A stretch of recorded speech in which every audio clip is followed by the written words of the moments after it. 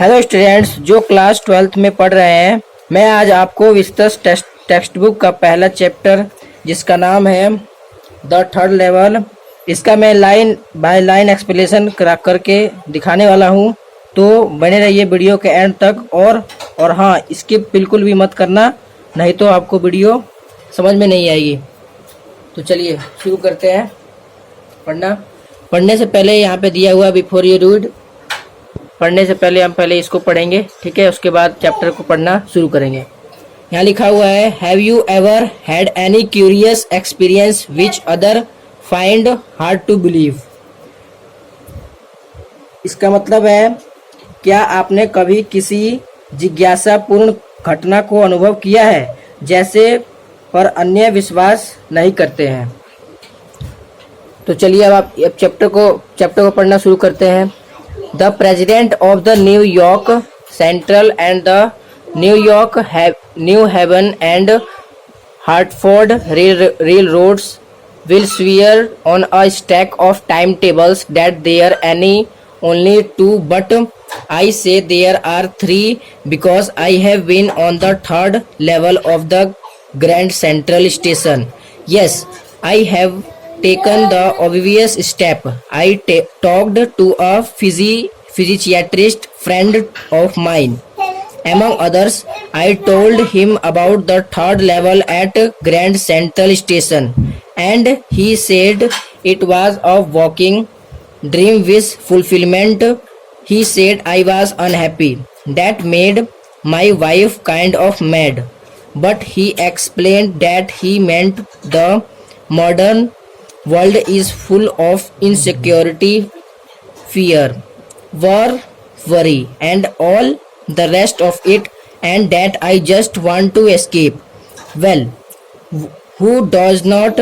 Everybody I know wants to escape, but they don't wander down into any third level at Grand Central Station.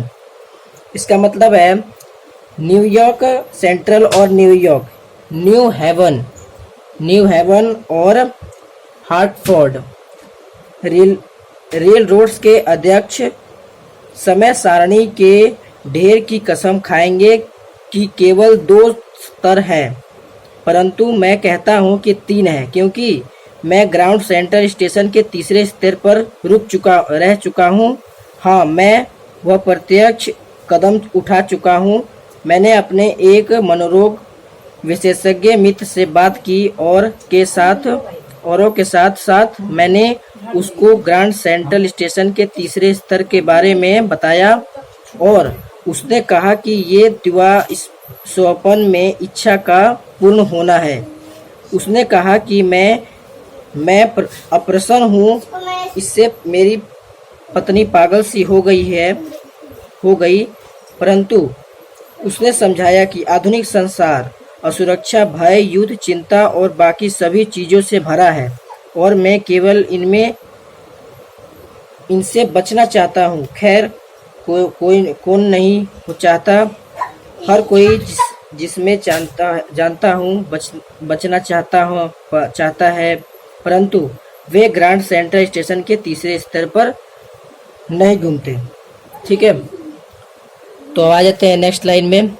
But that's the reason, he said, and my friends all agreed. Everything points to it. They claimed my stamp collecting, for example, that is a temporary refuge from reality. Well, maybe, but my grandfather did not need any refuge from reality. Things were pretty nice and peaceful in his day, from all I hear. And he started my collection.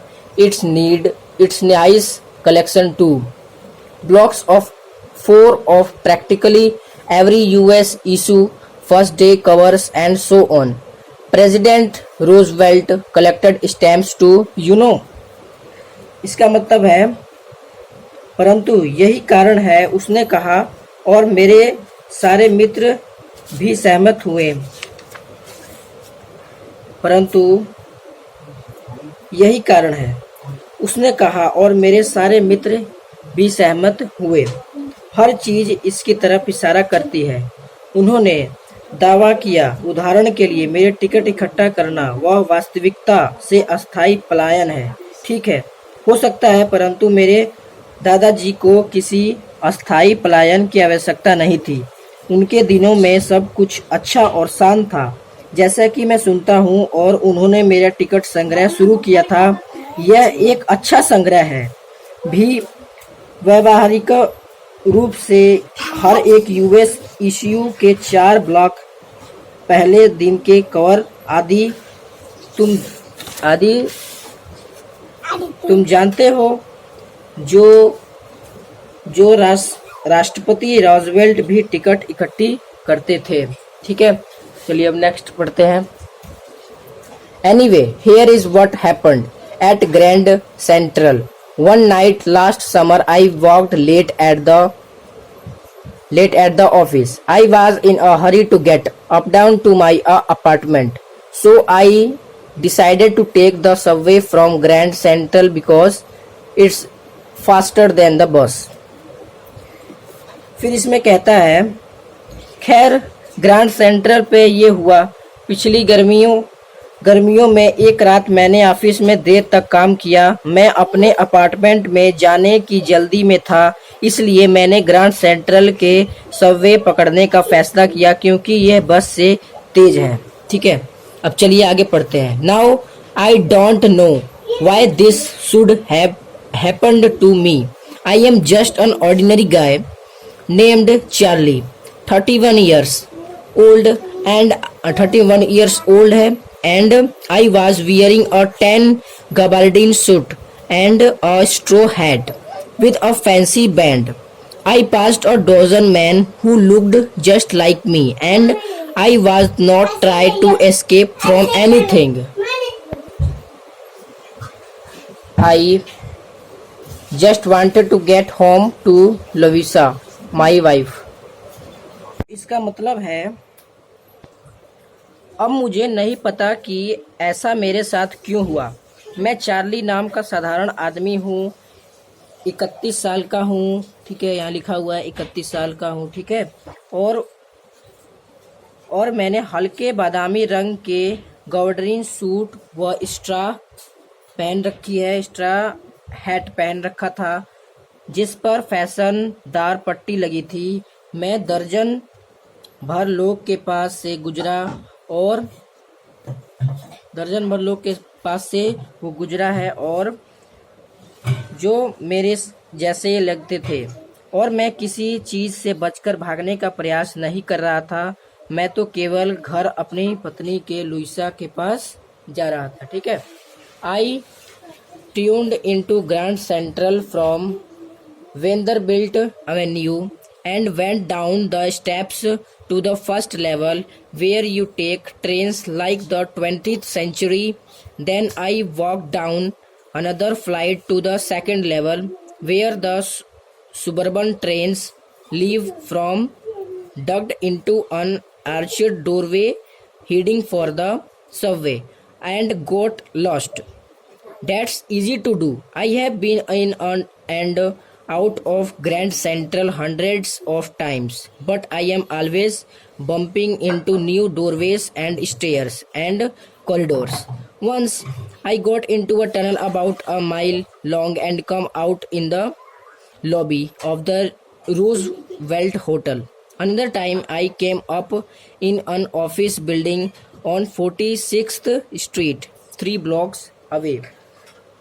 फिर उसने क्या किया, वंडरबिल्ट Avenue से मैं ground central में मुड़ गया और सीढ़ियाँ उतरकर प्रथम स्तर पर आ गया, जहाँ से आपको 20th सेंचुरी जैसी रेलगाड़ियाँ मिलती हैं। तब मैं दूसरे स्तर पर, लिखा हुआ है, तो वो दूसरे स्तर पर की अन्य सीढ़ियों के क्रम पर गया, जहाँ से उपनगरीय गाड़ियाँ चलती थी, और सबवे लेने के लिए एक मेहराबदार दरवाजे से घुसा और रास्ता भूल गया। ठीक है, यहाँ पे आपको लिखा होगा लॉस्ट एंड गेट लॉस्ट, और वो खो गया। ऐसा करना सरल है। मैं ग्राउंड सेंट्रल में सैकड़ों बार आया हूँ, परंतु हर बार मैं वो सैकड़ों बार यहाँ पर आया है, परंतु हर बार मैं नए दरवाजे व सीढ़ियाँ पर अचानक पहुँच जाता हूँ। एक बार मैं 1 मील लंबी सुरंग में घुस गया और रूजवेल्ट होटल की लॉबी में निकला। एक अन्य बार मैं 46वीं सड़क पर 3 ब्लॉक पर एक दफ्तर की बिल्डिंग में पहुंच गया। ठीक है, आप पढ़ते हैं आगे। Sometimes I think grand central is growing like a tree, pushing out new corridors and staircases like roots. There is probably a long tunnel that nobody knows about feelings its way under the city right now, on its way to Times Square, and maybe another to Central Park, and maybe because for so many people through the years, Grand Central has been an exit, a way of escape. Maybe that's how the tunnel I got into, but I never told my physiatrist friend about that idea. उसके बाद वो कहता है, कई बार तो मैं सोचता हूँ कि ग्रैंड सेंट्रल एक पेड़ की तरह विकसित हो रहा है, जड़ों की तरह नए गलियारे और जीने निकालता हुआ। शायद अभी शहर के नीचे से एक लंबी सुरंग गुजरती है जिसके बारे में कोई नहीं जानता, जो टाइम स्क्वायर से होती हुई जाती है और एक दूसरे सेंट्रल पार्क तक जाती है। और शायद क्योंकि ग्रैंड सेंट्रल सालों से इतने अधिक लोगों का निष्कासन रहा है, पलायन का एक रास्ता हो सकता है। इसी तरह से वह सुरंग भी है जिसमें घुसा, परंतु इस विचार के बारे में मैंने कभी अपने मनोविशेषज्ञ मित्र को नहीं बताया। ठीक है, अब आगे पढ़ते हैं। The corridor I was in began angling left and slanting downward, and I thought that was wrong, but I kept on walking. All I could hear was the empty sound of my own footsteps, and I did not pass a soul. Then I hear that sort of hollow roar ahead. That means open space and people talking. The tunnel turned sharp left. I went down a short flight of stairs and come out on the 3rd level at Grand Central Station. For just a moment, I thought I was back on the 2nd level, but I saw the room was smaller. There were fewer ticket windows and train gates, and the information booth in the center was wood and old looking, and the man in the booth wore a green eye shade and long black sleeve protectors. The lights were dim and sort of flickering. Then I saw why they were open flame gas lights. उसके बाद वो कहता है, मैं जिस गलियारे में था वह बाई तरफ मुड़ना शुरू हो गया और नीचे की तरफ ढलान में जाने लगा, और मैंने सोचा कि वह गलत है, परंतु मैंने चलना जारी रखा। जो कुछ मैं सुन सकता था वह भी मेरे खुद के पैरों की आवाज़, और मुझे रास्ते में कोई नहीं मिला। फिर मुझे इस प्रकार की गूंज सुनाई दी कि जिसका अर्थ था कि आगे खुली जगह और लोग बातें कर रहे हैं। वह सुरंग एकदम बाएं मुड़ी और मैं एक छोटे जीने से नीचे गया और ग्रैंड सेंट्रल के 3रे स्तर पर पहुंचा। एक पल के लिए तो मैंने सोचा कि मैं दूसरे स्तर पर वापस आ गया, परंतु मैंने देखा कि वह कमरा थोड़ा छोटा था। टिकट, खिड़कियां और ट्रेन गेट्स कम थे और जानकारी का बूथ लकड़ी का और पुराना था, और बूथ में बैठा हुआ आदमी हरे चश्मे और लंबे काले स्लीव रक्षक पहने हुए था। रोशनी मध्यम एक प्रकार से कांपने वाली थी। फिर मैंने कारण देखा। वे खुली लपट वाली गैस की लाइट थी। आगे पढ़ते हैं अब। There were brass spouts on the floor, and across the station a glint of light caught my eye. A man was pulling a gold watch from his vest pocket. He snapped open the cover, glanced at his watch, and frowned. He wore a derby hat, a black four button suit with tiny lapels, and he had a big black handlebar moustache. Then I looked around and saw that everyone in the station was dressed like 1890 something. I never saw so many beards, sideburns, and fancy moustaches in my life. A woman walked in through the train gate. She wore a dress with leg of mutton, slabs and skirts to the top of her high buttoned shoes. Back of her, out of the tracks, I caught a glimpse of a locomotive, a very small courier and IVS locomotive with a funnel-shaped stack, and then I knew. फिर वो कहता है कि फर्श पर पीतल के थूकदान थे, ठीक है, और स्टेशन के पार से एक झिलमिल प्रकाश मेरी आंखों पर पड़ा और एक आदमी अपनी जैकेट की जेब से सोने की घड़ी निकाल रहा था। उसने फौरन से उसका ढक्कन खोला और घड़ी को देखा और बाहें चढ़ाई। उसने डबरी हैट, एक छोटे कॉलर का 4 बटन वाला काला सूट पहन रखा था और उसकी बड़ी बड़ी काली साइकिल के हैंडल जैसी मूछें थी। फिर मैंने इधर उधर दृष्टि दौड़ाई और देखा कि स्टेशन में हर व्यक्ति ने 1890 वाले कपड़े पहन रखे थे। मैंने अपने जीवन में इतनी दाढ़ियाँ, गलमुच्छे और फैशनदार मूछें नहीं देखी थी।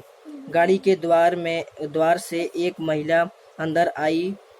उसने भेड़ की टांग जैसी आस्तीन वाली ड्रेस पहन रखी थी और ऊंचे बटनदार जूतों के ऊपर स्कर्ट पहन रखा था।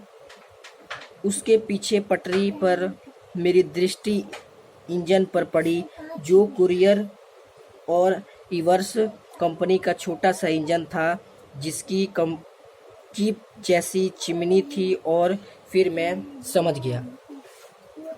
चलिए अब आगे पढ़ते हैं। To make sure, I walked over to a newsboy and glanced at the stack of papers at his feet. It was the World, and the World has not been published for years. The lead story said something about President Cleveland. I have found that front page since in the public library files, and it was printed June 11, 1894. उसके बाद कहता है, निश्चित करने के लिए मैं अखबार बेचने वाले के पास चला गया और उसके पाँव में के समीप पड़े समाचार पत्रों के ढेर पर क्षणिक दृष्टि डाली। थोड़ी सी उसने दृष्टि डाली। समाचार पत्र द वर्ल्ड था और द वर्ल्ड कई वर्षों से नहीं छपा है। मुख्य समाचार कुछ राष्ट्रपति क्लीवलैंड के बारे में था। अब वह प्रथम पन्ना मैंने सार्वजनिक पुस्तकालय की फाइलों में खोज लिया है और वह 11 जून 1894 को छपा था। आगे पढ़ते हैं।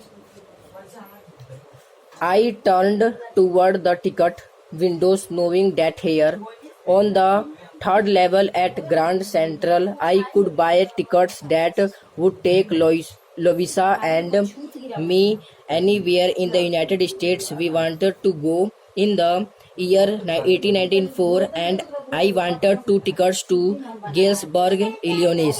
ठीक है, Illinois. Have you ever been there? It's wonderful town still with big old frame houses, huge lawns and tremendous trees whose branches meet overhead and roof the streets. And in 1894 summer evenings were twice as long and people sat out on their lawns, the men smoking cigars and talking quietly, the women waving palm leaf fans with the fireflies all around. In a peaceful world to be back there with the first world war still 20 years off and world war second over 40 years in the future. I wanted 2 tickets for that. मैं ticket खिड़कियों की ओर मुड़ा और वहां grand central के तीसरे स्तर पर मैं टिकट खरीद सकता था जो मुझे और लुइसा को वर्ष 1894 में संयुक्त राज्यों में जहां हम चाहते वहां ले जा सकते थे, और मैं गेल्सबर्ग इलिनॉइस के 2 टिकट लेना चाहता था। ठीक है, अब आगे पढ़ते हैं।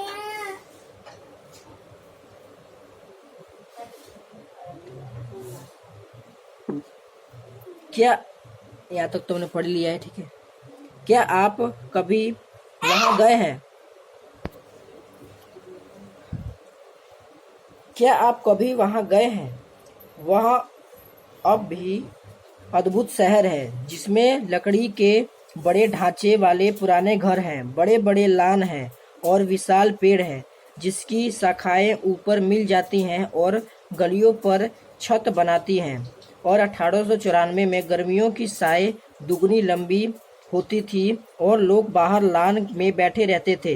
पुरुष सिगार पीते हुए धीरे धीरे बात कर रहे थे और स्त्रियां ताड़ के पत्तों के पंखों को झुलाती थी और उनके चारों ओर जुगनू होते थे। एक शांत संसार में उस समय जब प्रथम विश्व युद्ध अभी 20 वर्ष दूर था और द्वितीय विश्व युद्ध 40 वर्ष से अधिक भविष्य में होना था, मैं वहां लौटना चाहता था और उसके लिए मुझे 2 टिकट चाहिए थे। ठीक है, चलिए अब आगे पढ़ते हैं। The clerk figured the fare. He glanced at my fancy hatband, but he figured the fare, and I had enough for 2 coach tickets one way. But when I counted out the money and looked up, the clerk was staring at me. He nodded at the bills. That ain't money, mister, he said, and if you are trying to skin me, you won't get very far. And he glanced at the cash drawer beside him. Of course, the money was old style bills, half again as big as the money we use nowadays, and different looking. I turned away and got out fast. There is nothing nice about jail even in 1894. ठीक है, उसके बाद वो कहता है clerk ने भाड़े का हिसाब लगाया। ठीक है, उसने मेरी फैशनदार टोपी की पट्टी को देखा, परंतु उसने भीड़ का हिसाब लगाया और मेरे पास सवारी गाड़ी के 2 टिकटों के लिए पर्याप्त पैसा था। परंतु जब मैंने पैसे गिनकर ऊपर देखा तो क्लर्क मुझे घूर रहा था। उसने नोटों की ओर सिर हिलाया। ये पैसा नहीं है, मिस्टर, उसने कहा, और यदि तुम मुझे धोखा देना चाहते हो तो तुम बचकर ना भाग सकोगे। और उसने अपने साथ लगे पैसों के दराज में देखा। निसंदेह पैसा पुराने तरीके के नोटों में था जो आजकल प्रयोग करने वाले नोटों से डयोडे बड़े थे और देखने में अलग अलग लगते थे।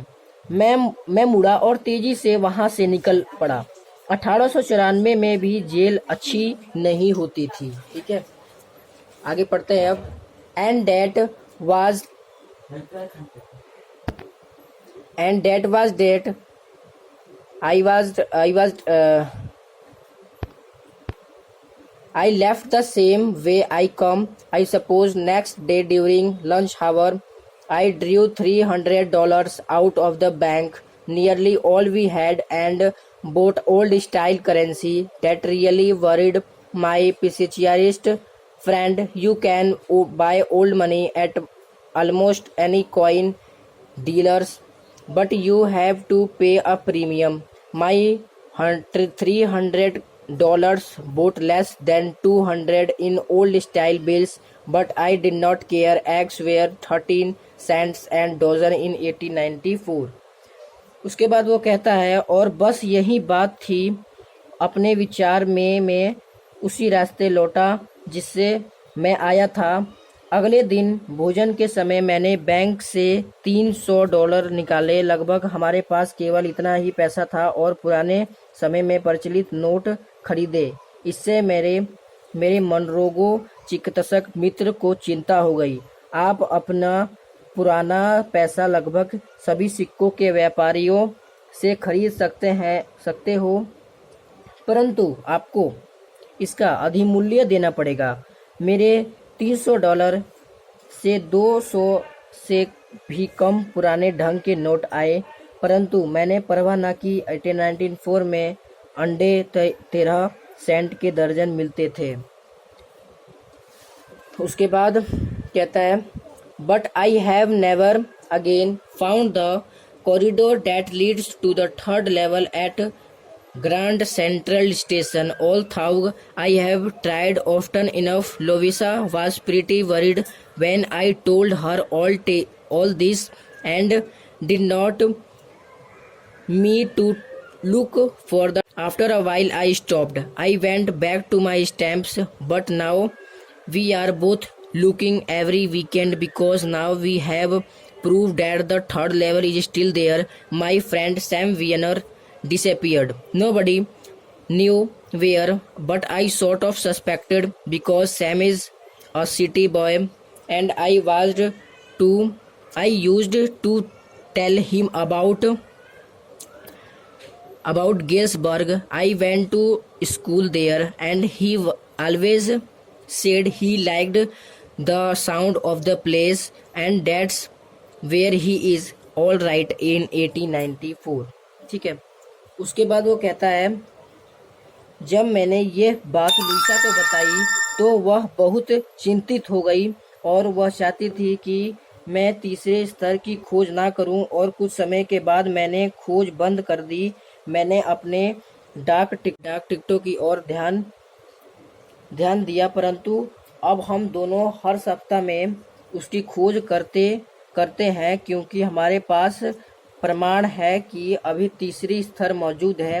मेरे मित्र सैम विनर गायब हो गया है, कोई नहीं जानता कि कहाँ, परंतु मुझे एक प्रकार से शंका थी क्योंकि सेम नगर का निवासी है और मैं उसे गेल्सबर्ग के बारे में बताया करता था। मैं वहाँ स्कूल जाता था और वहाँ सदा कहता था कि सुनने में वह स्थान पसंद है और वह वहीं पर है। 1894 में बिल्कुल स्वस्थ है। ठीक है। Because one night fusing with my stamp collection I found well do you know what a first day cover is? When a new stamp is issued, stamp collector by some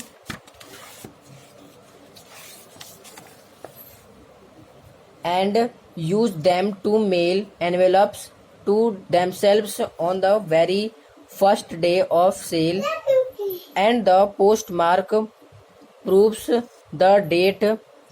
The envelope is called a first day cover. They are never opened. You just put blank paper in the envelope. That night, among my oldest first day covers, I found one that should not have been there, but there it was. It was there because someone had mailed it to my grandfather at his home in Galesburg. That's what the address on the envelope said, and it had been there since July 18 1894. The postmark showed that, yet I did not remember it at all. The stamp was a 6-cent dull brown with a picture of President Garfield. Naturally, when the envelope came to Granddad in the mail, it went right into his collection and stayed there till I took it out and opened it. The paper inside was not blank, it read. तो मैं open it तक आपको बता देता हूँ इसका क्या मतलब है। यहाँ तक बताने के बाद फिर मैं आपको इस लेटर को पढ़ूंगा और इसका भी आपको मतलब बताऊंगा। तो इसमें वो ये कह रहा है कि क्योंकि एक रात मेरे टिकट संग्रह को टटोलते हुए मैंने पाया। खैर, क्या आप जानते हैं पहले दिन का आवरण कैसा होता है? जब एक नई टिकट जारी की जाती है तो टिकट संग्रह करने वाले कुछ खरीद लेते हैं और उनका प्रयोग अपने खुद को ही लिफाफे भेजने के लिए प्रयोग करते हैं। बिक्री के पहले दिन ही और डॉक्टर की मोहर तारीख का सबूत होती है। उस लिफाफे में केवल एक खाली कागज डाल देते हो। उस रात मेरे पुराने के आवरणों में मुझे एक आवरण मिला जो वहाँ नहीं होना चाहिए था, परंतु यह वहाँ था। ये वहाँ था क्योंकि किसी ने मेरे दादाजी के पास इसे उनके गैलबर्ज के घर पर डाक में भेजा था। यही लिफाफे पर लिखा पता भी बताता था और यह जुलाई 1894 से था। डाकघर की मोहर ऐसा कहती थी, तो भी मुझे यह बिल्कुल याद नहीं था। टिकट 6 सेंट का था, फीका भूरा, राष्ट्रपति गिरफील्ड की तस्वीर के साथ। स्वभावत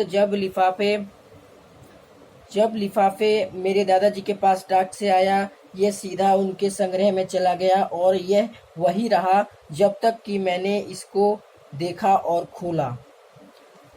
उसके बाद आगे पढ़ते हैं। The paper inside was not blank, it read. अर्थात अंदर कागज खाली नहीं था, इसमें लिखा था। अब देखते हैं क्या लिखा था इसके अंदर। ठीक है।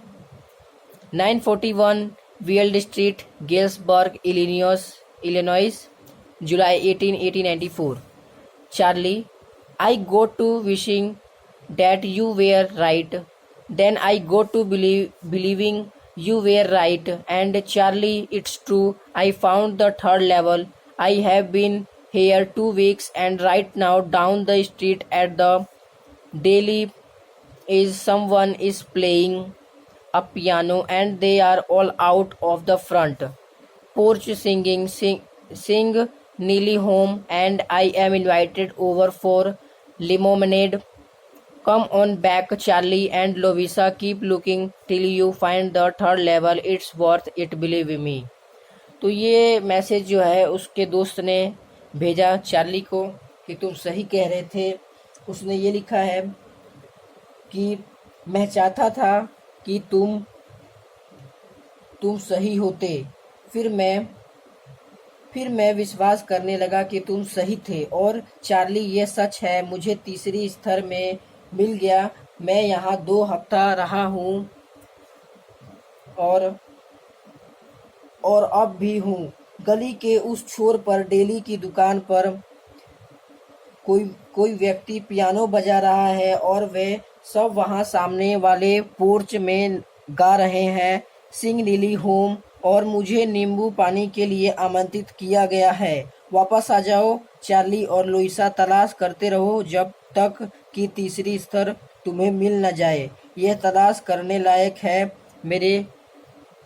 मेरा विश्वास करो। ठीक है। तो ये उनका दोस्त कहता है। ठीक है। The note is signed Sam.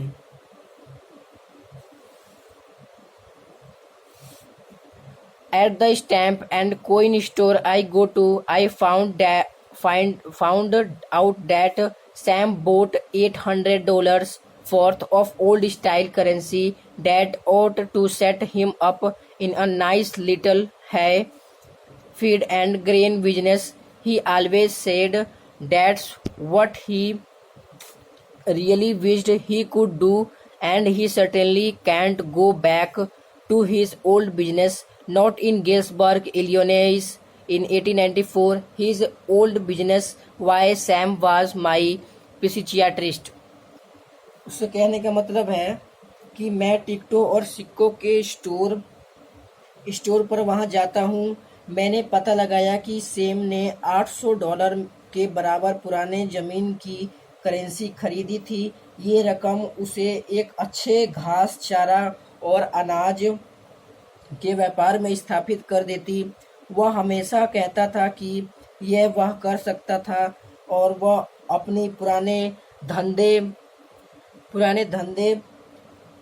वापस बिल्कुल नहीं जा सकता। पुराने धंधे में वापस बिल्कुल नहीं जा सकता। 1894 में गेल्सबर्ग, इलिनॉइस में नहीं, उसका पुराना धंधा क्यों? सैम तो मेरे विशेषज्ञ था। ठीक है, तो इसके अंदर चैप्टर में, इसके बाद चैप्टर यहाँ पे ख़त्म हो जाता है। फिर आगे नेक्स्ट पेज पर इसके यहाँ पे क्वेश्चन आंसर है। क्वेश्चन आंसर आप कर लेना। इस क्वेश्चन आंसर के आंसर में मैं आपको बता देता हूँ। ठीक है, आप इसको नोट कर लेना। ठीक है, तो इसमें क्वेश्चन पूछ रहा है, do you think that the third level was a medium of escape for Charlie? Why? इसमें कहता है, क्या आप समझते हैं कि तीसरी स्तर चार्ली के लिए पलायन का माध्यम था? क्यों? ठीक है, तो मैं आपको इसका आंसर बता देता हूँ। ठीक है, आप नोट कर लेना।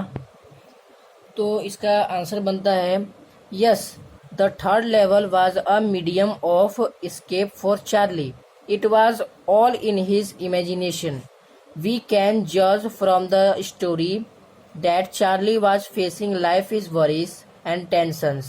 Going to the third level gave him satisfaction and he could forget his worries for some time. His psychiatrist friend also said the same thing. तो इसमें वो कह रहा है, हाँ, तीसरी स्तर चार्ली के लिए पलायन का एक माध्यम था, वह मात्र उसकी कल्पना में था.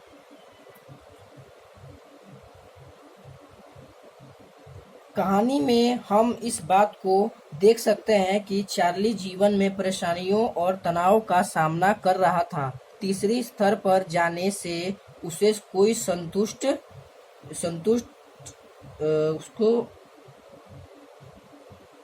तीसरी स्तर पर जाने पर उसे संतुष्ट मिल सकती थी और कुछ समय के लिए अपनी चिंताओं को भूल सकता था. उसके मनोचिकित्सक मित्र ने उसे यही बात कही. ठीक है, चलिए दूसरा क्वेश्चन देखते हैं. दूसरा क्वेश्चन यहाँ लिखा हुआ है, what do you infer from Sammy's letter to Charlie. ठीक है, इसमें ये कह रहा है, चार्ली को लिखे सैम के पत्र से आप क्या अनुमान लगाते हैं. ठीक है, तो मैं इसका आंसर आपको बता देता हूँ, आप नोट कर लेना. बाकी क्वेश्चन का सॉल्यूशंस में आपको मैं नीचे दे दूंगा डिस्क्रिप्शन में. ठीक है, आप वहाँ से जाके उसको नोट कर लीजिएगा. ठीक है, ऐसे ही मैं और वीडियोस ऐसे ही डालता रहता हूँ. ठीक है, तो आप अगर आपको ये वीडियो पसंद आई है तो इस वीडियो को लाइक कर देना, अपने दोस्तों के साथ शेयर कर देना और इस चैनल को सब्सक्राइब कर देना ताकि मैं कोई भी नए वीडियो डालूँ तो आप लोगों तक पहुँच जाए. ठीक है, धन्यवाद.